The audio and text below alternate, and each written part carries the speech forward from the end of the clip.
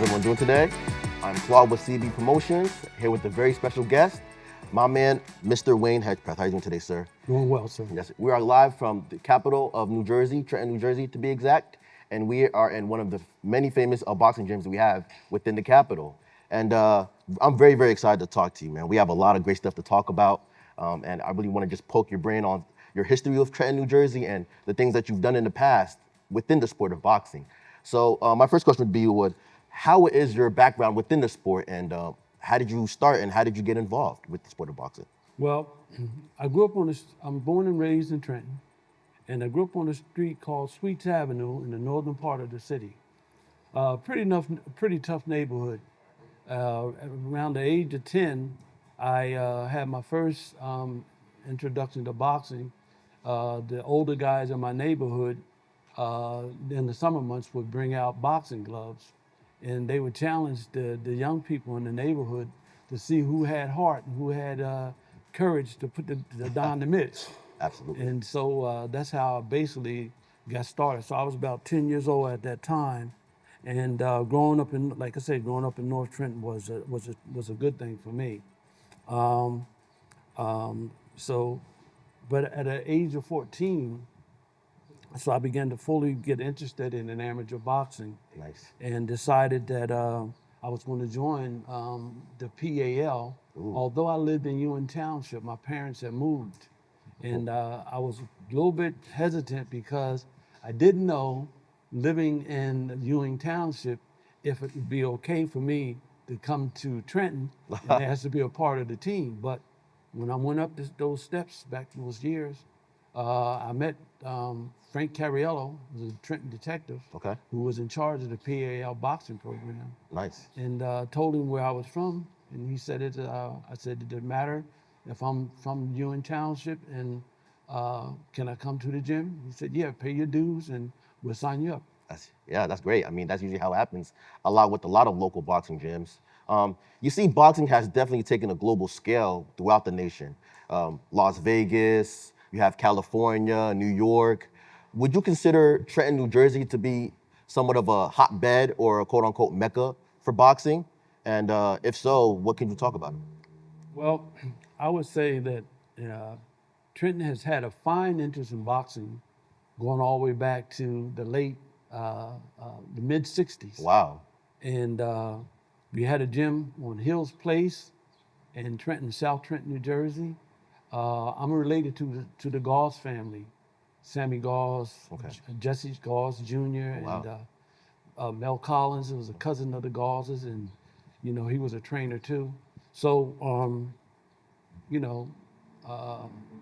I think at one time I would say that Trenton was a mecca of boxing because we had so many people, amateurs and pros, and the PAL program was thriving. A lot of kids from the neighborhood wanted to learn the skills of boxing. That's usually how it starts, yeah. Yes, and for sure. the gym was wide open, so you come up and paid your membership, you got involved. Awesome, definitely. What are some of your earliest moments within boxing here in the city? Any fun pastimes that you can definitely divulge in, or some things that you've saw or seen or done in your past that you can definitely talk about? Well, as far as I'm concerned, it was the PAL program that was the spark for me to get involved when they let me, living in Ewing Township, to come in and box with Trenton PAL. I realized that the PAL gym at that time was located just above Sweets Avenue. Oh, wow. On Reservoir Street. Yes. So I felt like I had come home, and a lot of the guys that I grew up with on Sweets Avenue, guys like John Denny Glover, William Redberry, Michael Bush, some of those people John Lacey, back in those times. So when I come to the gym, I felt like I come home. Nice. And that was big for me. Did I answer your question? Absolutely, definitely. Okay.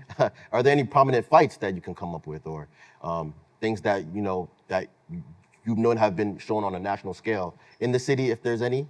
Or do you think that would be something that would be further down the line as boxing evolves within the city of Trenton? Well, there's been in the 1970s, of course, Muhammad Ali took Oh my reign. gosh. Joe Frazier, I think it was 1971, where they had the historic fight in Madison Square Garden. And you've seen movies, pictures about that, where they, all the people that attended that big fight, you couldn't even buy tickets. Wow. Tickets was off the chart, but people attended that, and it was a great fight. Some of the top people around the world came to Madison Square Garden. I wanted to go, but my money was too thin. Oh, absolutely. No way I could afford to do anything like that. Especially for a fight of that magnitude, Yeah. that's definitely a hot ticket, and I'm not surprised how that would be somewhat of a struggle to kind of get into. So, man, Muhammad Ali, huh? That's Muhammad Ali and Joe Frazier. Rest in That peace to was the GOAT. at the top of the 1971. That was the top of the thing in boxing. But let me just backstep a little bit and talk a little bit about some of the great people from Trenton. Oh yes, We please. had a world lightweight champion, Ike Williams. Ike Williams, yeah. And Ike Williams was known all over the world. You could go on YouTube today and look up his fight with Bojack. He fought Kid Gavilan twice. Yes, this man was awesome. And the one thing that I loved about him is that he had a vicious body attack. And if he got you in trouble, he'd get you. He knew how to put you away. But Ike was, and then I talked with him several times. Living here in the city, sometimes on a Friday night, him and I would go and eat Chinese food together. And Nothing like some good old Chinese food, right? Yeah. And we would talk, and he would share things about the good old days in Yes. Trenton and the gyms. But Trenton throughout the years, we have a lot of great professional fighters that come through the PAL gym. And of course, they gave us, to young guys that was coming up, they mentored us in a way and gave us a lot of information about boxing and do's and don'ts. So I felt their presence definitely enhanced the PAL program overall, and so I'll let you. Absolutely. Well, you being well versed and really, really involved within the sport of boxing and many different factors, being a fighter as well as being a referee, a trainer. Throughout those three forms of, what boxing gives, what would you say is your favorite out of all three of them, and why? Well, I fell in love with becoming a referee. Okay. After That's different. You don't hear that much. Yeah, after my time as an amateur fighter, I decided I wasn't going to turn pro. My parents was against it. And the first thing they wanted me to do was to seek an education. Absolutely. So my mother used to tell me, she said, what you going to do when you get done taking them shots to the head? You might be a champion and everything, but you still got a life afterwards. Absolutely. So, and listening to her, I went to signed up for Mercer County Community College. And I'm glad I did. You went there? Yes, too? I went there That's for a little nice. bit. So, yeah. So what happened was, while in Mercer County Community College, I got drafted. And right after, so when I got drafted, the one thing that kept me out of the Vietnam War was a student deferment that Richard Nixon gave out. Wow. So I was fortunate enough to be able to get that student deferment. And then I was very glad that I listened to what my mother told me. Absolutely. She said, go get in school, go get your education. Mama knows best, right? Yeah, you could do well later. And when it comes to refereeing, one night there was the PAL gym had a boxing show in the summer, and it started to rain that particular night, and the referee was supposed to come from North Jersey. He didn't show up. Oh man. So rather than see the guys sit there disappointed, they said, come on, Hedgepath, you could do it. You've been around boxing a long time. You should be. I said, man, I don't know the first thing about no referee and no fights. They said, look, all you got to do when they get too close, just break them up, move them apart like that there. So I was scared to death that I was going to do something wrong. But I did it, and I liked it. Absolutely. And so that was my initiation into boxing refereeing. Definitely. And so that's basically how I got started. And then around 1987, I took a job as a social worker with Trenton State Prison. At the same time, I joined the United States Amateur Boxing Federation as a referee to get involved in the Golden Gloves, the Diamond Gloves, and so forth. And they accepted my application, and that's how I got started becoming a professional referee. But I put 7 years as an amateur referee before the Honorable Larry Hazard, Oh my God, Senior, gave me an opportunity to turn pro. that's amazing.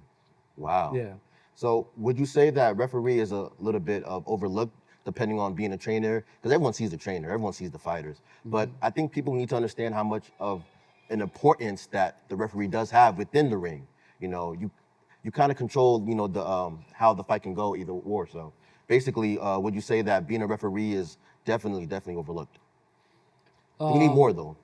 Well, it's a two-way question because as a boxing referee, you don't want to be seen doing refereeing a fight. Absolutely. The fans come to watch the fight. They don't really come to watch the referee. But you're there, and I've always been told that, you know, don't hog the camera. Let the fighters be there. You move around the ring. Let your presence be basically not unseen, but be there to enforce the rules. Or if the boxers get caught up, you can break them so that they can move around. But one of the keys to refereeing is you have to have very good verbal skills. You have to, and I learned to adopt the word break, stop, box, those things like that there. And you say it loud enough so that the crowd can understand as well as the fighters know that you the man in control of that ring because you got to enforce the rules. Oh, that gives vibes of like a quarterback on the field when you call your play call. Yeah. You know, when you definitely give audibles and when you say certain play calls. So similar in that vein. So that's very interesting. I'd be remiss if I didn't give a quick shout out to Rob Smar, the owner of Knuckle Game Boxing Gym, who's been kind enough to for us to do our interview here today. Are there any trainers or gyms that are real prominent within the city of Trenton that you know about? Yes, well, as you said, you gave credit to Rob. Yes. Rob has started out as an amateur fighter in the city of Trenton with the PAL program, and look what he has progressed to this day. Absolutely. You know, so and there's other people. The Gauls and Gauls boxing has been tribute immensely to the boxing in the city because when the Trenton PAL closed its doors, Barry Gauls opened a gym in the bottom of Ray's Lounge on South Broad Street, and eventually from there he continued in his job. He opened the boxing gym at the Boys and Girls Club on Center Street in Trenton. So the Gauls family throughout decades have been responsible for keeping boxing alive in the city and keeping it going. And you know, Rob is a part of that. And sitting out in the audience, I want to give credit to Sam Bell, who I see over there, Lindsey Tucker, the couple boy Terry McCoy, and you know, Mr. Greg Turner, you know, and people, Mel Weldon, him and I went to Mercer County College together. He was an outstanding basketball player out of Jersey City. They won so many national tournaments, and I would listen to him on the radio. Mel would score points, and he had a way of not looking at you and throw the ball to you and catch you. Like magic, like a little magic out there, Magic Johnson. He was doing it way before those guys that you see in the NBA today. So Absolutely. that's the thing. But boxing is once you get in your blood, it's hard to get it out. Absolutely. And so a lot of the guys that you know was part of the Trenton Powell boxing team went on to become a very positive and productive citizens.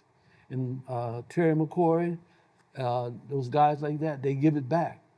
That's what it's all about. Greg Turner, they come to this gym and give the guys advice so that the legacy of Trenton and Boston can keep going. Absolutely. Well, speaking on that, Mr. Hedgepath, we're in really crazy, erratic times right now. Yes. What impact has boxing can bring to our current youth, and as well as, you know, do you think it's going in a positive direction or is it still stagnant? Because a lot of times, the children in the community, they definitely do need some type of outlet, you know, when they're out of school or when they're at home, to really fuel that energy. So do you think the impact of boxing can be beneficial to our youth? And do you see any impact whatsoever? Absolutely. Boxing is, especially in the city of Trenton, I don't think it'll ever stop. As long as you got people that love the sport, like people I mentioned so far, we're gonna keep it going. Absolutely. I just returned back from California after a 20-year hiatus. I'm back, and I give my word to the fellas that I'm gonna be involved and do as much as I can to keep it going. But that's what we got to do. The impact has been tremendous. When you look at the lifestyles of the gentlemen who I talked about, they're sitting there. Those guys have gone on to be positive citizens, so much so that they love it and they're giving it back. Yes. You can't ask for nothing greater than that. Today, the way the world is and the fast pace and everything that's going on, our youth need boxing as a way to build your self-confidence, a way to instill discipline. When you have a fight and you win a number of fights and then you all of a sudden lose a fight, what are you going to do? Absolutely. You're going to sit around and mope about it and just be sad, or you're going to get up off your can and get back in the game. Absolutely. And that's Adversity what- is a great teacher. Yes. It teaches you a lot. Right. So boxing, and living in California and looking and studying the boxing scene out there, and then looking here, I can see that it's a lot of motivation, more so on the youth in New Jersey as opposed to what I've seen in the youth in California. I was a member of the Freddie Roach's boxing gym Oh, wow. in Los Angeles, and I walked in and day one, they knew me, and for the 20 years I was there, they took good care of me, I took care of them. Amazing. Amazing. Okay. Well, so I have a two-part question for you, Mr. Okay. Hedgepath. How has boxing changed within the city in the past 20 years?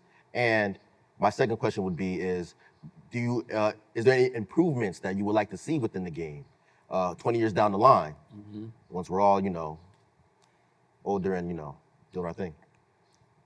How has boxing improved? Well, two-part question. So basically, any changes since 20 years that you've been doing it, and for the future, looking ahead, can you think of any improvements that boxing could definitely implement to get better? Well, one of the things that I immediately think about is that we had back in the day, but we have more so even now. We have Terry McCoy and Rob, people like that. That's the current trainers. They take the guys to Philadelphia, and Philadelphia has been a mecca of boxing for a number of years. They got some very good gyms over there. If you don't know what you're doing, you can get hurt over there. But I like the fact that they want our guys to get that experience and going over to dealing with that toughness that you find in the Philadelphia gyms.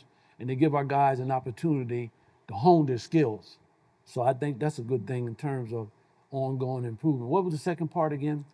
Is there any improvements that you can think of that boxing can benefit from later down the line? Yeah. Things that you've seen. Well, I think that today, the way boxers are trained, with the type of equipment and some of the techniques that they use.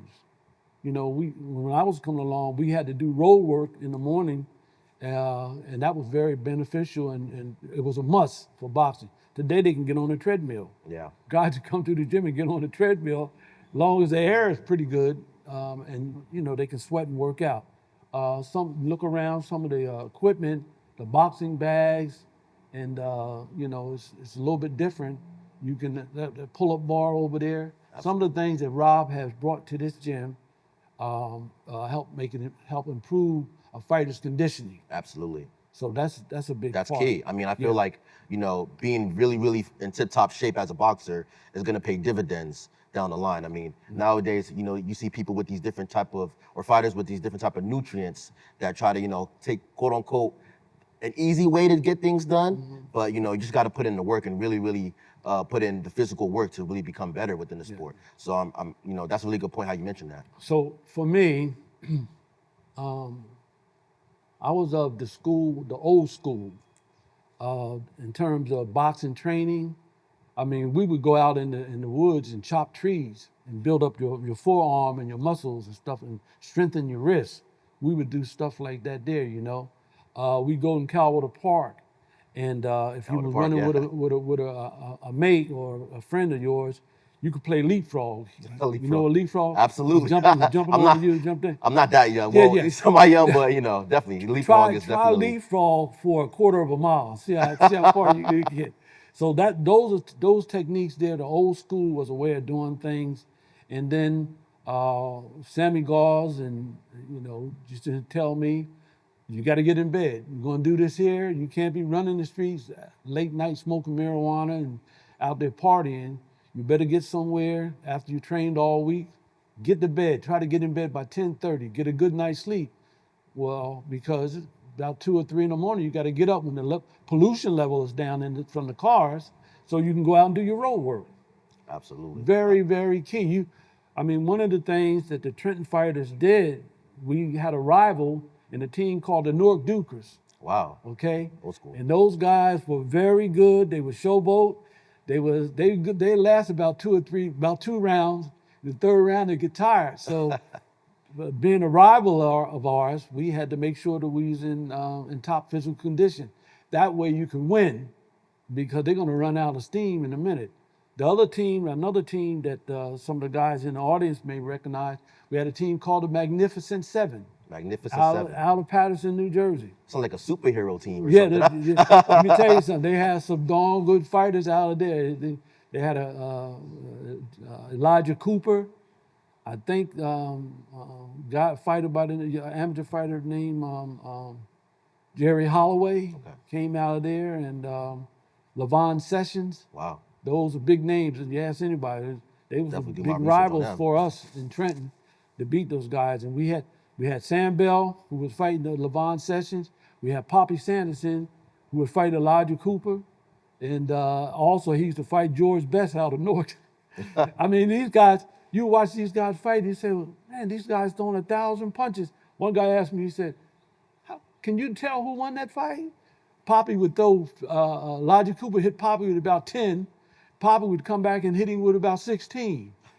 What's going on? You can't count the number of punches. But this is the type of rivalry that we was thing. And another thing I want to mention, Trenton Pell has a reputation of being one of the finest boxing gyms, because for a decade, 10 consecutive years, they won the New Jersey Golden Glove Team Championship.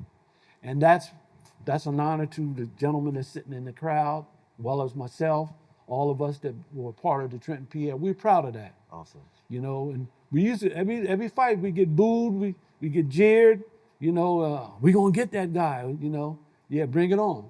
That was our attitude. So. Definitely. Well, speaking to that point, I'm just in all about all the great stuff that's happened within the city and all the accolades and all the great events that have happened here.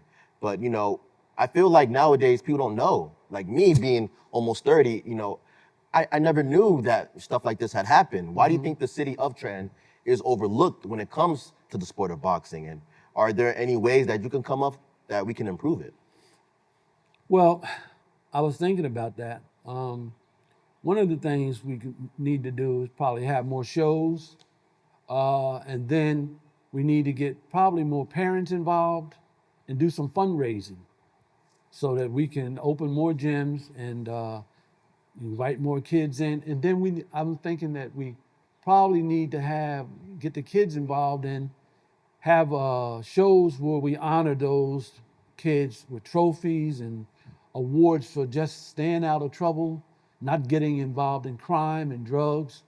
We need to embellish that more and give them, a sense of goodness and self-confidence, and knowing that there's a benefit to getting in good physical conditioning that boxing offers, and that's an alternative to using drugs, because you got your gateway drugs. You can start out with marijuana, but back in my day, that was used to lead to experimentation with other drugs, paper acid and all kinds of stuff like that. There,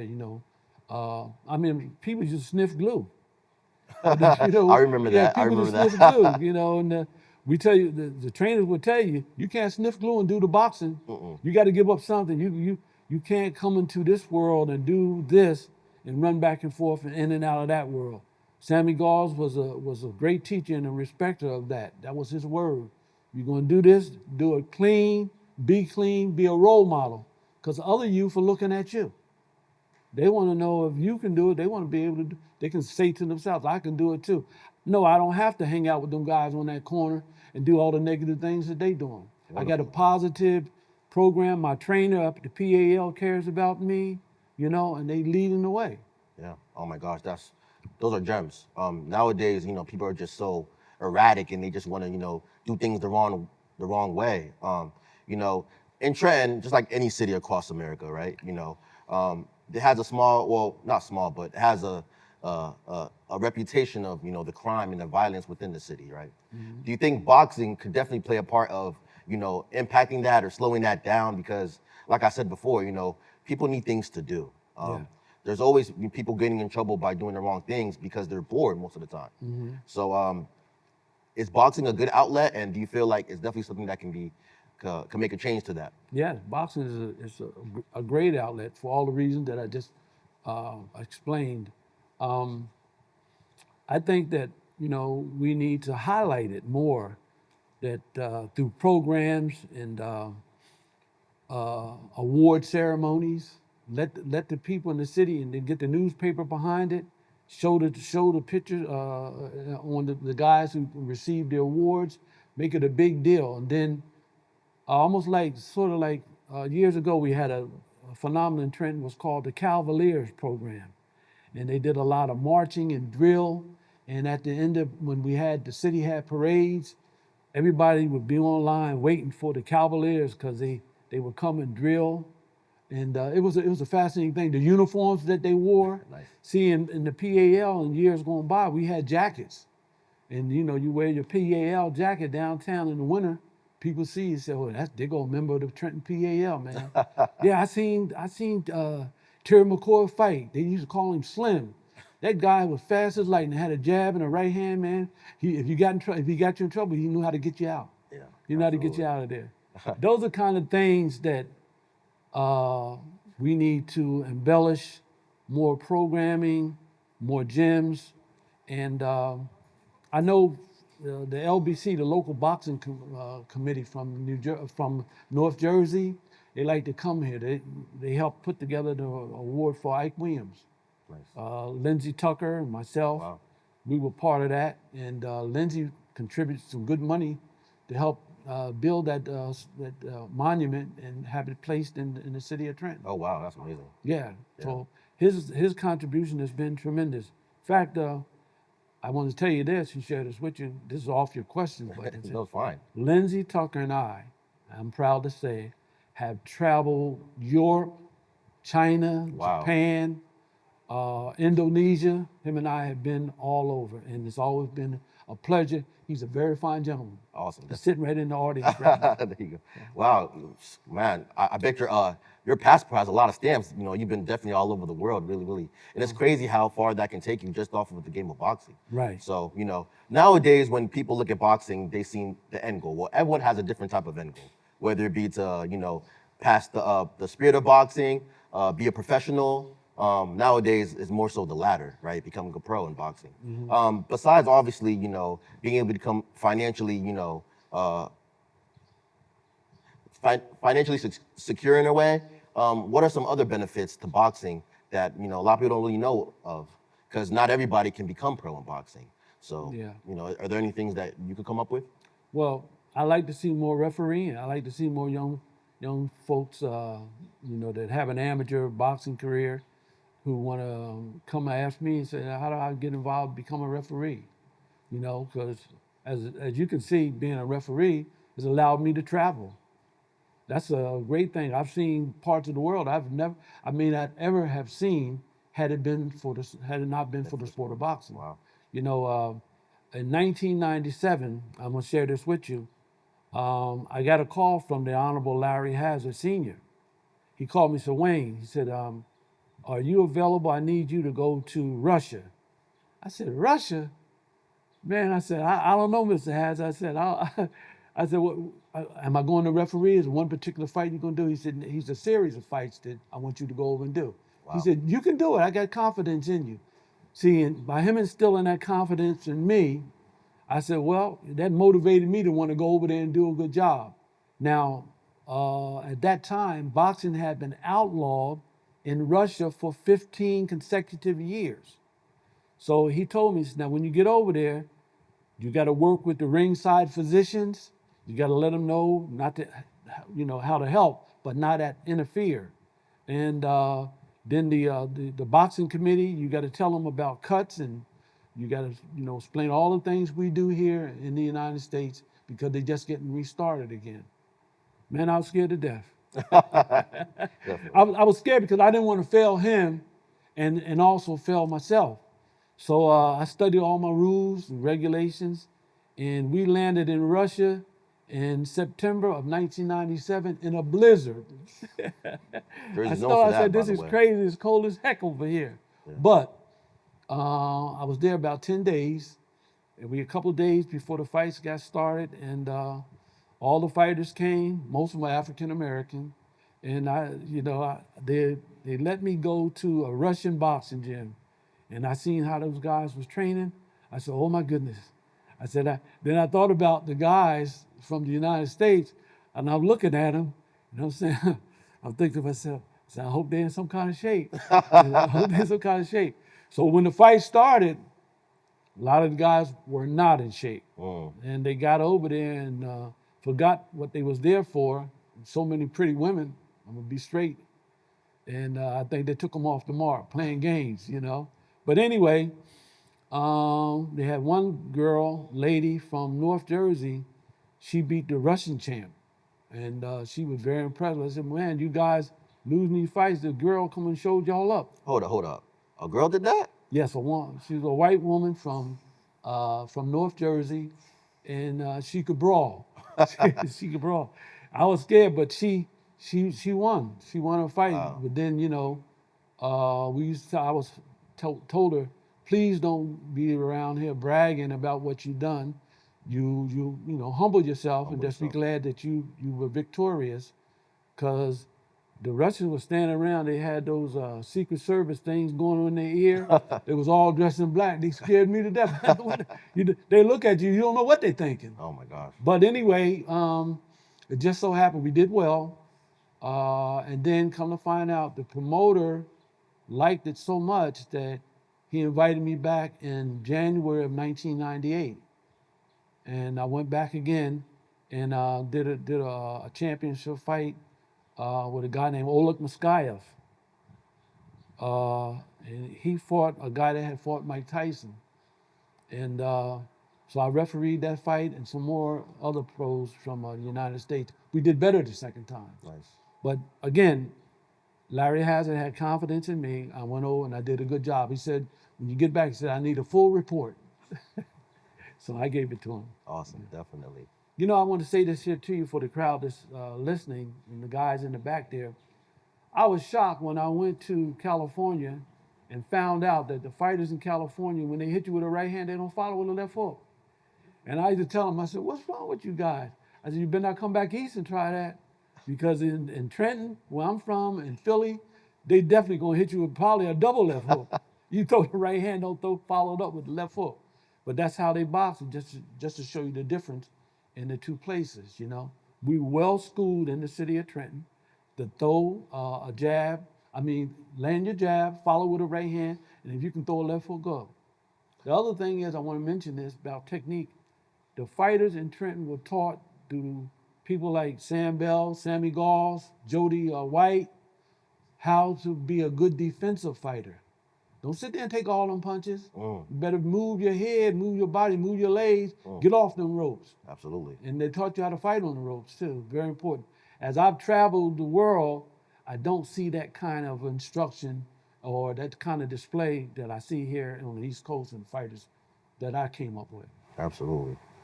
Would you say the old school compared to the new school, similarities, would you say that the old school is better with the new style of fighting today?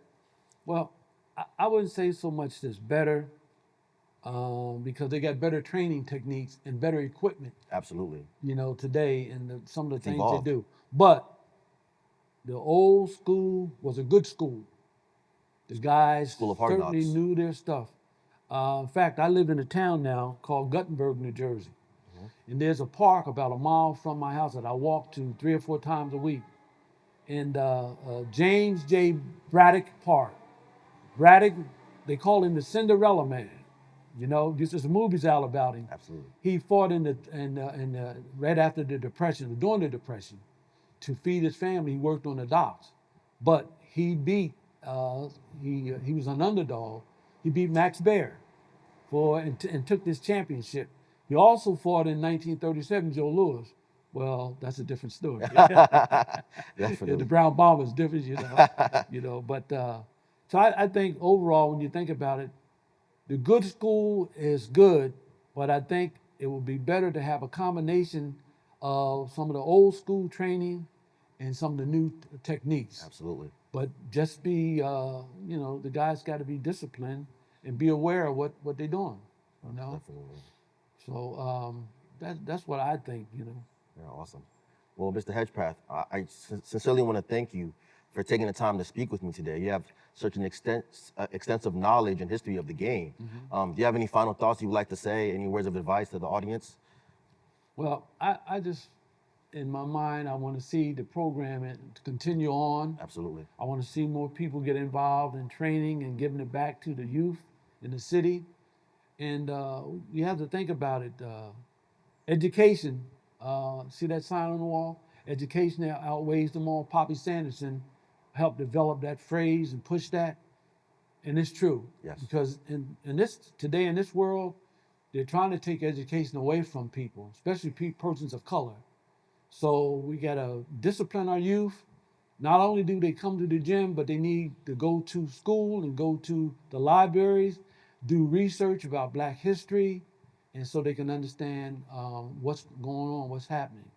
And the other thing I want to say, people involved in boxing, not only just for their physical attributes and winning titles and championships, they need to be a student of boxing. Absolutely. Like I talked about James J. Braddock and Joe Louis. A lot of people don't know that Joe Louis is buried in Arlington Cemetery.